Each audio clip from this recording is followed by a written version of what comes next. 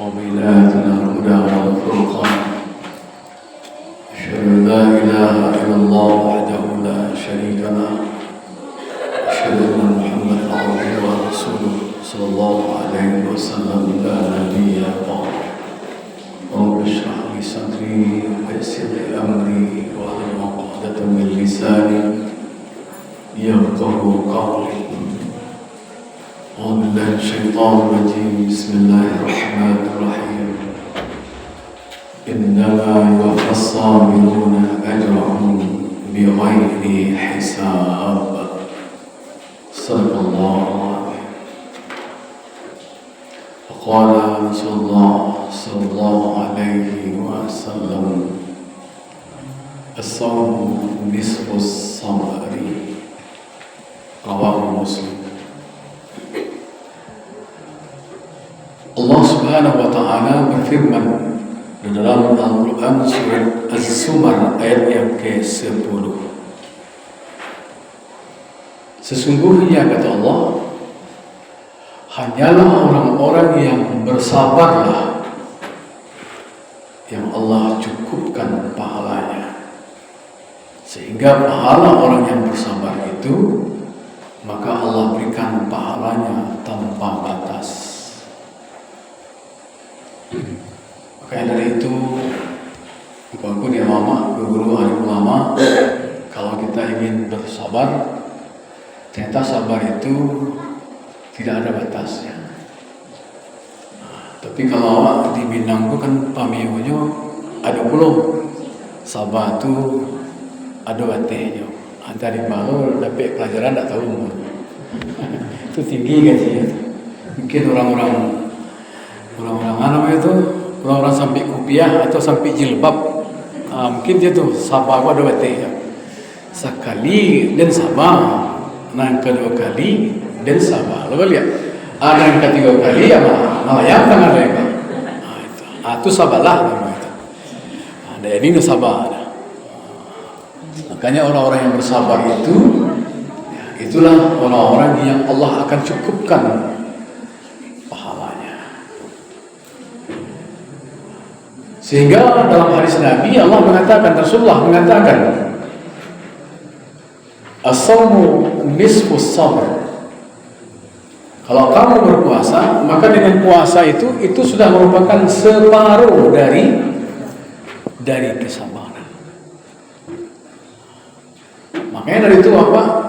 Di malam yang ke-24, puasa yang ke-23 kan sabar kali banyak. Itu ujian kita makin lama makin tinggi. Tensi kita, padahal insulin kita itu turun. Itu aneh orang berpuasa, insulinnya turun, tapi tensinya cepat naik. Makanya besar harapan saya kepada kita yang hadir,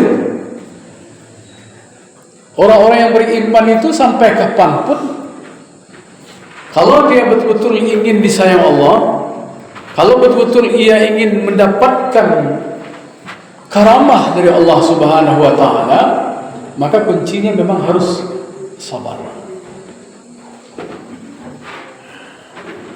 Di bagian mencatat ada 3 tabiat asli manusia.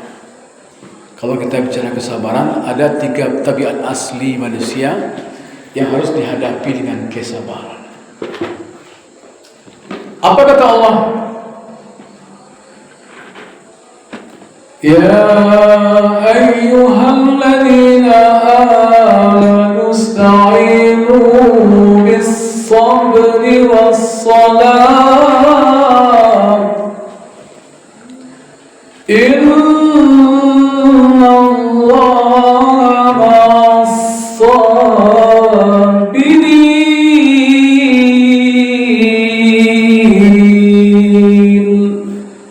Itu surah Al-Baqarah ayat 153. Hai orang-orang yang beriman. Jadi orang-orang beriman ini memang salah satu kunci sukses bagi orang yang sabar. Kalau kamu beriman, maka sabar. Minta tolong pun harus dengan sabar. Ketika kamu minta tolong dengan sabar, maka setelah itu minta tolong pula lah kepada Allah dengan salat. Apapun ilmu yang kita cari hari ini, apapun usaha yang kita lakukan, apapun pekerjaan yang sudah kita laksanakan, apapun cita-cita yang kita ambisikan, tidak akan terlepas dari dua hal ini: sabar dan minta tolong kepada Allah dengan cara salat. Karena orang sabarlah yang bisa salat, dan karena orang salatlah yang dia akan bisa sabar. Kenapa demikian? Allah ingatkan kembali, kalau kamu bersungguh-sungguh dengan sabar dan salatmu, inilah orang-orang yang akan bersamaku, kata Allah, baik di dunia, baik di saat sakarat, baik di alam barzakh, baik kelak nanti di yaumil akhirah. Innallaha ma'as sabirin. Karena orang-orang yang bersabar itu, kata Allah, itulah orang yang akan bersama Allah. Tapi malang tak dapat ditolak, mujur tak dapat diraih, kan berat juga sabar itu. Tidak semudah membalikkan telapak tangan, mengucapkannya gampang, tetapi mengamalkannya baban barik singulong batu itu sungguh sulit. Ya contoh saja ketika kita hari ini sama-sama kita sudah berada di hari yang ke-24. Ini buah dari kesabaran. Sehingga saya berkomunikasi tadi dengan pengurus, dengan anggota Iko surau Al-Furqan batu balah kok, ya. Namun saya batu balah, tapi jamaahnya tidak pernah balah-balah. Jamaahnya rami tadi. Berarti buah kesabaran itu bisa diambil di sini. Suatu kali Rasulullah Muhammad SAW berjalan bersama Abu Bakar Siddiq. Tiba-tiba di saat Abu Bakar Siddiq bersama Nabi Muhammad, datanglah orang Yahudi atau pemuda Yahudi. Dia langsung menyerang Abu Bakar dengan kata-kata yang kasar, dengan cemoohan, dengan cacian. Kalau tiba dia tek di betul bah, tiba-tiba kan, didangasan atau dilawan? Cik, ini keluar ini kan seperti itu. Hati-hati itu. Tapi Abu Bakar Siddiq ketika itu tidak seperti itu. Dia senyum saja. Dia senyum, lalu dia tidak menanggapi orang itu. Jadi kalau ada hal-hal yang semacam itu, Bapak salam mau tangannya lah kayak kawan ada, tidak perlu direspon, tidak perlu dilayani, cukup senyum dan diam saja. Tapi makin lama orang Yahudi itu bukannya bertambah diam, tapi bertambah keras suaranya dan bertambah kuat cacian makiannya. Dia hina, dia caci, dia cemooh. Pokoknya dia hilangkan harga diri Abu Bakar dengan bahasanya yang kasar. Tapi Abu Bakar ketika itu tetap dalam keadaan tersenyum dan dia tidak membalasnya. Maka Nabi Muhammad ketika itu melihat, Nabi Muhammad juga ikut tersenyum. Tapi malam tak dapat ditolak, mujur tak dapat diraih. Ketika yang ketiga kalinya orang Yahudi itu mencaci kembali Abu Bakar Siddiq, mungkin dengan bahasa yang lebih kasar, dengan bahasa yang lebih keras, dengan tutur kata yang tidak sopan, dengan hinaan, dengan cacian. Mungkin saja dia mencaci Rasulullah.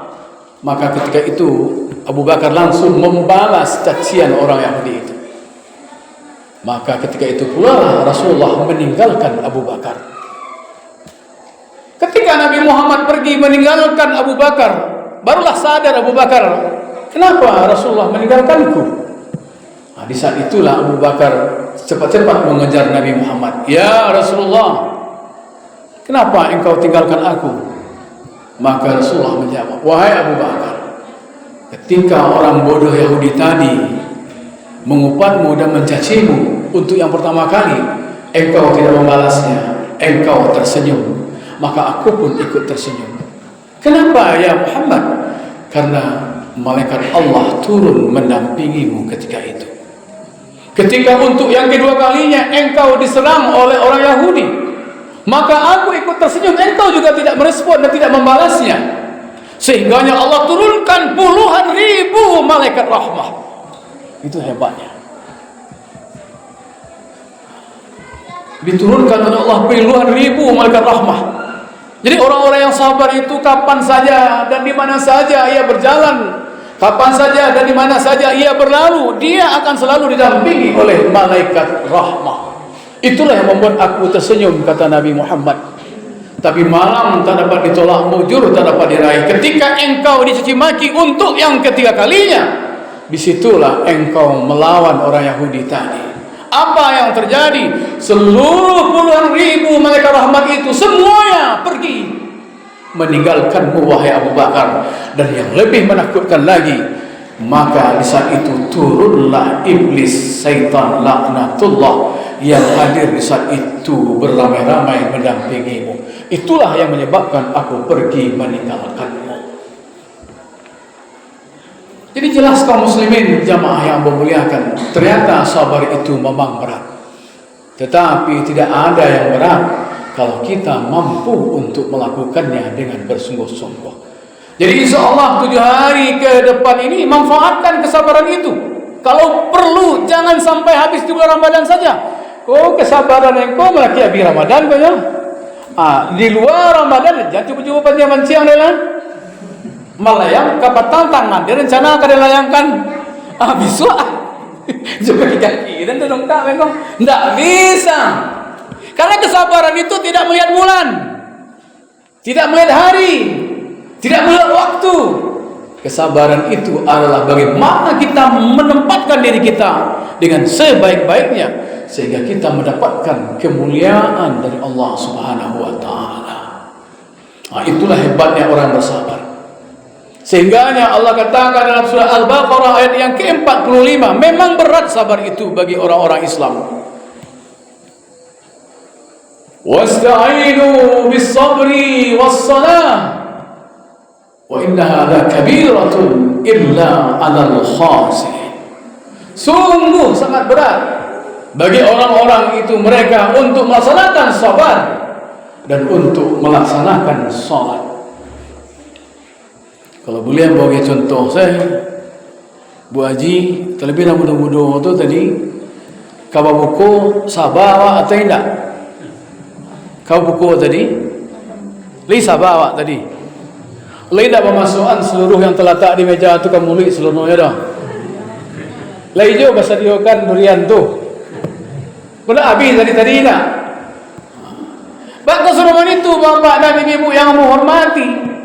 Karena Nabi melarang orang-orang yang tidak sabar itu tidak boleh salat ketika dia makan dan minum terlalu berlebihan. Sementara Nabi sudah menyatakan, wa idza akalna la nasba. Kata Rasulullah, kami orang Madinah apabila kami sudah makan, kebiasaan kami itu berhenti sebelum kenyang. Ada apa? Aduh aja baru lapir tadi. Kalau coba mau bertanyakan, Nabi mensunnahkan makan korma itu ganjil. Kalau tidak 1, 3. Kalau tidak 3, 5. Kalau tidak 5, 7. Kalau tidak 7, nampak mana cangkoknya. 9 sekali makan tu, alun makan sanok je kolak je labu boleh dah. Tambah lo plus durian kan, alun itu lidah. Maka Nabi katakan, orang-orang yang kekenyangan dalam makannya, dia tidak ada kesabaran. Orang-orang yang kekenyangan dalam minumnya, maka lepaslah dia dari kesabaran. Sehingga Nabi katakan dalam sebuah hadis sendiri oleh Muslim, wala wa huwa yudafi'uhu akhbasani. Tidak boleh orang itu salat kalau perutnya terlalu kenyang. Ya. Nanti lama-lama mana imam membaca ayat, ibu-ibu lah mulai tidak konsentrasi. Lah siapa kali orang sembahyang imam kok baru datang loh ayat dibacanya lama-lama. Kan seroban itu. Padahal yang kenyang perutnya kita, bukan imam yang disalahkan. Untung ibu-ibu li sembahyang di Batu Balah di surah Al-Furqan. Kalau Allah takdirkan kita sama-sama salat di Masjidil Haram Makkah Al-Mukarramah dan di Masjid Nabawi Al-Munawwarah, itu main jus-jus saja semalamnya. Apakah terkalahkan oleh kita?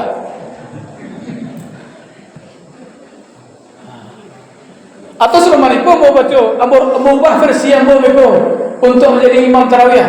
Tak mau dia tadi, mau dia ikut dekat 7,000, mau dia ikut saya mau baca.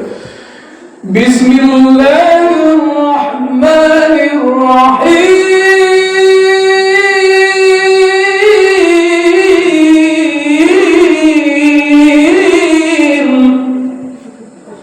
Baca netek.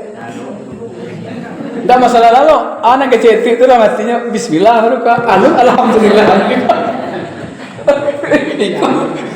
Lah mulai itu mencari jam. Biasanya jam 9 lah siap, ikut mau yang sangaleh gitu. Butuh sekali kesabaran. Tapi kalau kita bersungguh-sungguh bisa saja. Yang berwudu lagi. Lapih dulu, jangan dipaksa salat tuh. Makanya jangan terlalu kenyang makan dan minum. Usahakan nanti kalau ada yang kedinginan, rasa-rasa kalapeh, rasa-rasa kapipis, campur-campur ke semua. Jadi lapuh kalau berisiko apa sambil rukuk, Allahu Akbar, hanya baru kecil belakangan, itu bahaya tuh. Rusak salat orang seluruhnya, hilang kekusukan. Tapi wa innaha lakabiratun illa 'alal khashi'in. Siapa orang yang tidak rusak ibadahnya itu ketika mereka bersungguh-sungguh dalam sholatnya. Itu diantara tabiat aslinya manusia.